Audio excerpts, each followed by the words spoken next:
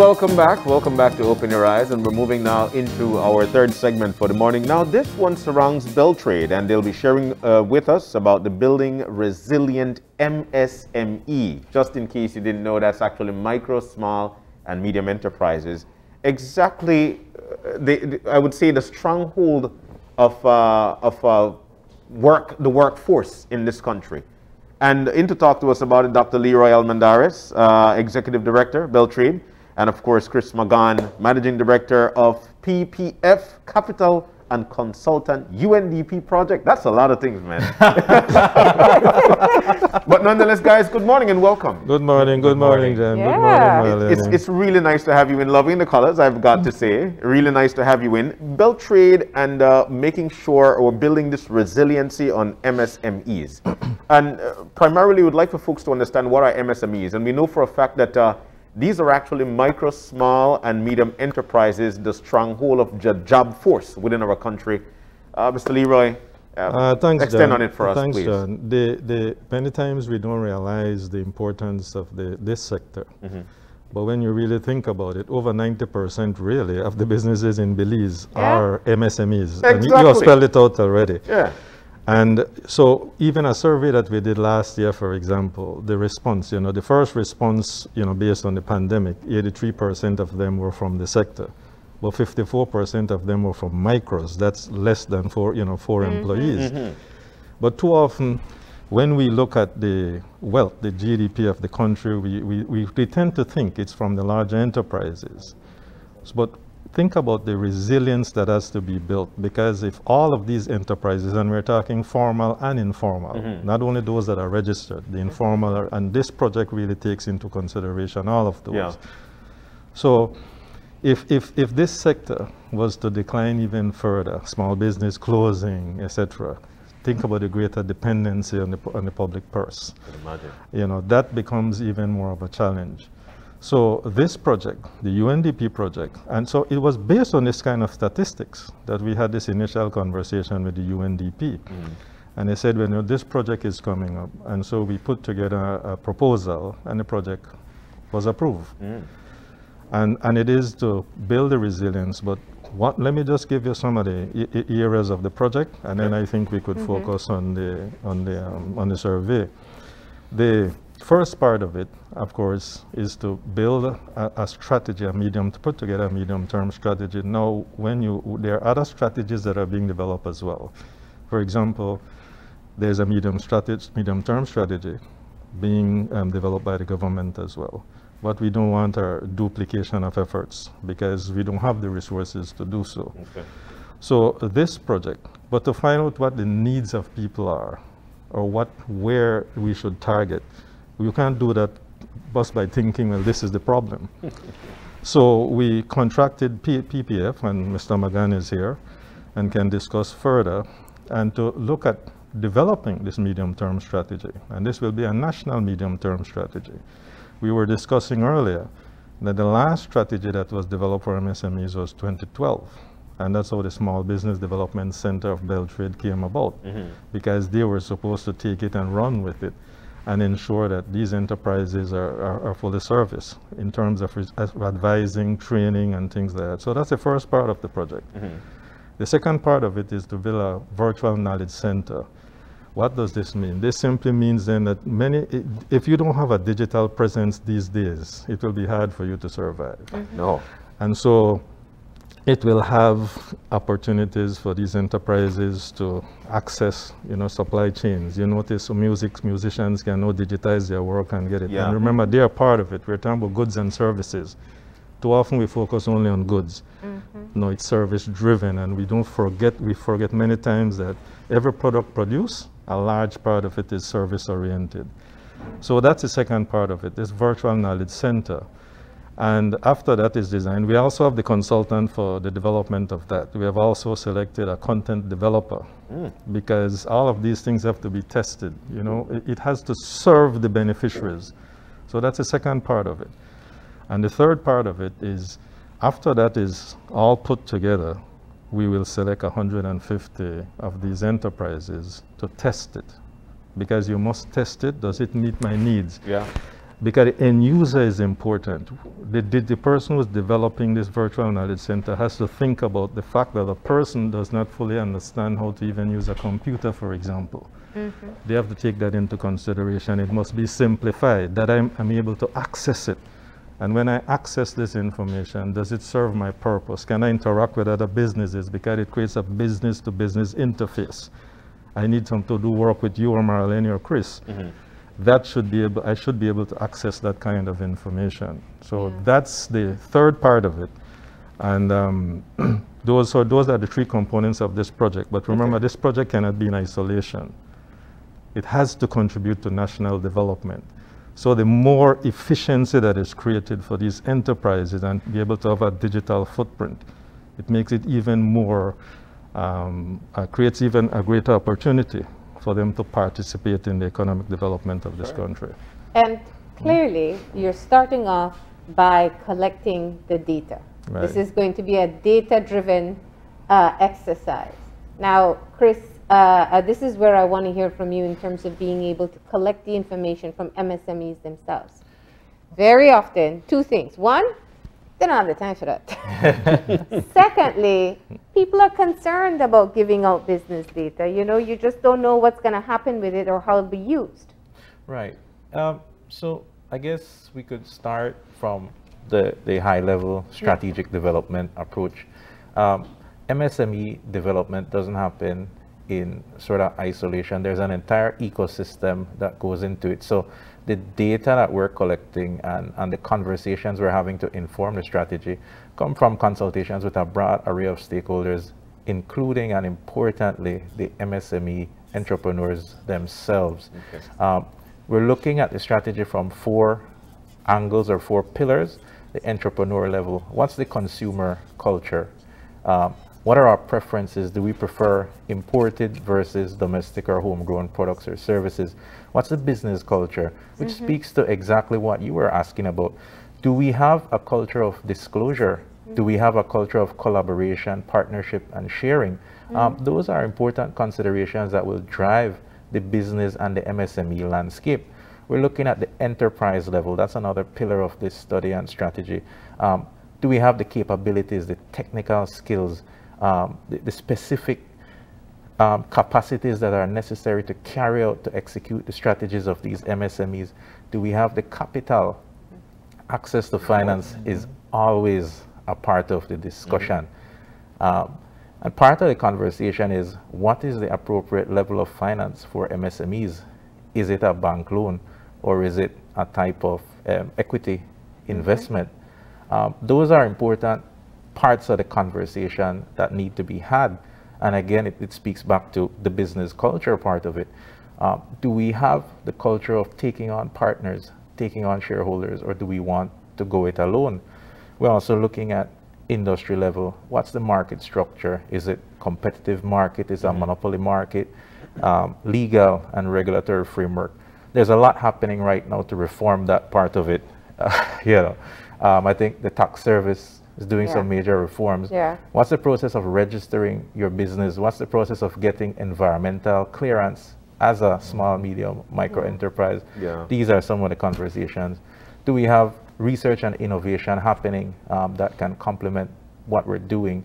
And finally, at the national level, what's the financial system like? Financial market development, physical infrastructure. Do we have roads? Do we have access to the internet? So some of the same themes that are emerging across, it's definitely a cross-cutting project, but it's an entire ecosystem that contributes to MSMEs and MSME development. How do we get the people to respond? Your original question. I think. Well, I sent it out to a few people, we've sent it out. I think even measuring the amount of micro, small, and medium-sized enterprises is a challenge. I think the last survey happened in about 2016 from the Statistical Institute of Belize, but it's difficult because they are formal or registered for tax purposes, small, medium, micro enterprises, and there's the informal. And this COVID pandemic and the associated crisis has also, out of necessity, become the mother of invention and created a lot of opportunities. There's a lot of people that have pivoted out of necessity and seeing the opportunities to create micro enterprises. So it is a fluid concept how many SMEs are there. Yeah. I mean, that's a really critical point. We've had a flow of new entrepreneurs who popped up over the course of COVID. We've been highlighting them on the show because it does show how people can pivot. Right. My question has to do with doing the assessment at this time. How do you separate the COVID realities from the responses? When you talk about access to financing or even just the model that's being used now in 2021 would have been different 2019 or even in previous projections. Yeah. Surely. Well, one of the things we must, and I'm glad that we're mentioning it, this all has to do with COVID. It has a lot to do with COVID, by the way. As a matter of fact, as Chris has mentioned, the pivoting. Last year we had a project, a stimulus project, again for survivability and sustainability of these enterprises. And one of the things we found out indeed is, how has COVID affected you? Because remember, many of these informal or formal enterprises, the micros especially, they, in terms of their funds, they don't have bank accounts. Chris is talking about the financial system. Access to finance is prohibitive because the interest rates are too high, so access to microfinance. And so these are some of the things that we found out. The other thing we want to encourage where entrepreneurship is concerned is if everybody can produce develop up another shop or something that is similar. Use innovation. Innovation is a big part of, but they will try. Remember, what profits start to decline. The more of them that exist within that environment, the profits start to decline. So be innovative. And you found out, now we said that COVID created its own demands because it's had an effect. Who would have thought that we'd be walking around with masks and sitting and watching on television with masks and people know, really when you wear your clothes, there's a mask to match it and all of that. It created its own demands. So that became an enterprise. And if you notice now, it's now design a mask. It's not just wearing one. You don't you don't have to be importing these things that only doctors used to wear in surgery. You see so many pivoted and actually surviving. The problem is that many times, in order for me to survive, the resources I was already using, I need resources now to pivot to do something else, and that's where the challenge comes, you see? So, but COVID is, let's take the tourism industry, for example. There's so many entities that rely on the tourism industry. And so when that took that shock, when we started, when decline in terms of visits and all of that started to happen, all of those businesses no longer had the same opportunities. Some might have transitioned. Some decided, really to try to find a job elsewhere. But what we're saying is you have to look at the environment. The other thing we need to mention is there are two demographics that often are considered disenfranchised, women and youth. And so the challenge is the economic empowerment. I must say that this project also takes into consideration that same information from the socioeconomic impact. We'll collect data on how women-led, really homes, enterprises, how they affected youth. You were talking about crime just now with the minister. If we can engage that positive energy to get them to think and realize that your idea, your intellectual property can actually become a business, that's important to look at. The pandemic is there, and yes, the health gains, with putting all the vaccination and those things are in play. But that data, once analyzed, and we were talking about it because you need reliable data. I think Marlene said the same thing. We not just want people to just go and fill out the thing and say, because it's important that you fill it out because you're a business. Because we want to see it's affecting the business. Right? And it's better to be able to have the data to know where you need to implement the projects or what projects need to be implemented. But let's go back to participation here. As you rightly noted, there's been a growth in new micro businesses popping up. Many of them are working in a digital space. Many are not registered. And I know, speaking with businesses that have been established, they think of the unfairness of it. But from the other end, the people trying to survive. They may have fears or apprehensions of registering in a system, knowing perhaps they haven't done all the due diligence that is necessary to have a business. What do you say to that? I think it's important to look at sort of the business life cycle from an idea. You're taking it to an idea. You're sort of prototyping and testing with your friends, your family, and close relations. And when you realize, okay, I have a viable product or service, is when you're starting to take it to market. I think it's at that point where you have a viable idea that, you know, you actually do the registration. In a crisis, sometimes that happens overnight. Yeah. You suddenly lost your normal source of income and you're doing it. I think it's at what point you realize, okay, this is what I'm going to keep doing and formalize. Yeah. And I think it's also about trying to create efficiencies and a more cooperative environment that people can call in and have the conversation and feel comfortable. Yeah. We're in this gamification or app life where people want a frictionless experience. So even in designing the survey, and it works on the mobile too, it's about how do you create something where I don't have to think too much. I can just click through it seamlessly, frictionlessly. Yeah. And I think perhaps that taking that user experience approach to registration of businesses, if at all possible, could definitely be helpful. You know, if I have to call back 10 times, I probably won't if I'm focused on making a livelihood.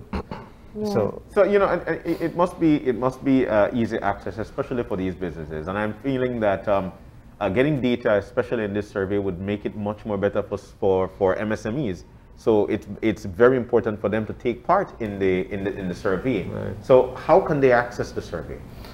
I think the link is up there. The link This is there. what it looks like. Yeah. Okay, so that's what it looks like. Yeah. And there's one point of clarification here for MSMEs. We're not asking you to formalize because we want to tax you, and that's a fair that I was going to say that. I was going to say that. Because indeed we have had that. We have gone around the country and trying to get them to formalize, but formalize because you can access certain benefits because you're formalized. Like for example, there's a project where you can access labeling and packaging materials, but you need a TIN number from GST, and you go through customs in order to get that. But it's not to tax you.